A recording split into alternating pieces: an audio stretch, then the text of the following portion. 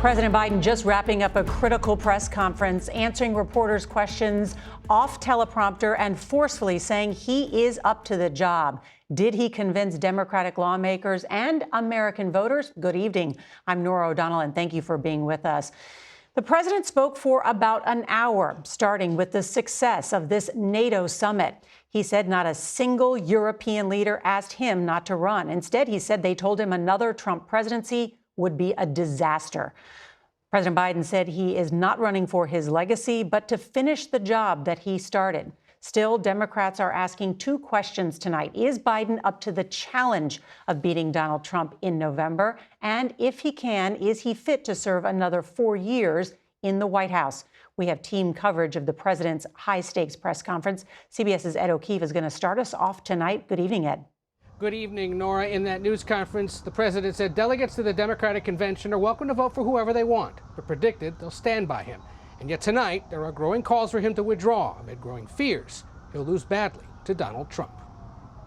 President Biden's much-anticipated news conference began with a gaffe on the first question, as he confused the name of his vice president with his Republican rival. What concerns do you have about Vice President Harris's ability to beat Donald Trump if she were at the top of the ticket? I wouldn't have picked Vice President Trump to be vice president, but I think she was not qualified to be president. So let's start there. And earlier, when introducing the Ukrainian president at a separate event, he mistook Volodymyr Zelensky for the Russian president. Now I want to hand it over to the president of Ukraine, who has as much courage as he has determination. Ladies and gentlemen, President Putin. President Putin. He's going to beat President Putin. President Zelensky. I'm so focused on beating Putin, we got to worry about it. Anyway, Mr. President. I'm better. You are a hell of a lot better.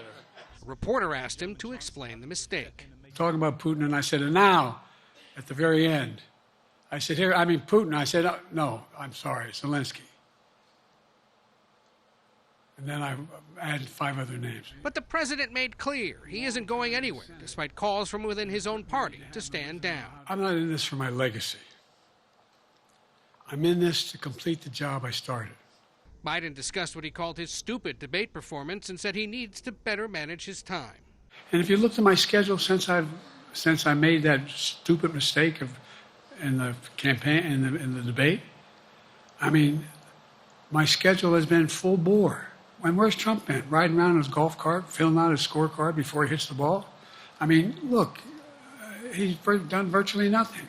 The president also defended the record of Vice President Kamala Harris. This was a hell of a prosecutor. She was a first-rate person, and in the Senate she was really good. I wouldn't have picked her unless I thought she was qualified to be president. Now, the former president, Donald Trump, was watching. He mocked the president's gaffes, but of course Trump has made some of his own. Earlier today, the Biden campaign told lawmakers and supporters they know the president took a hit in the polls after the recent debate, but they're arguing the race is still neck and neck. And the Biden team said they've been polling whether Vice President Harris could defeat Trump. Their numbers, at least so far, suggest only the president can. Nora? Ed O'Keefe, thank you very much for that wrap-up.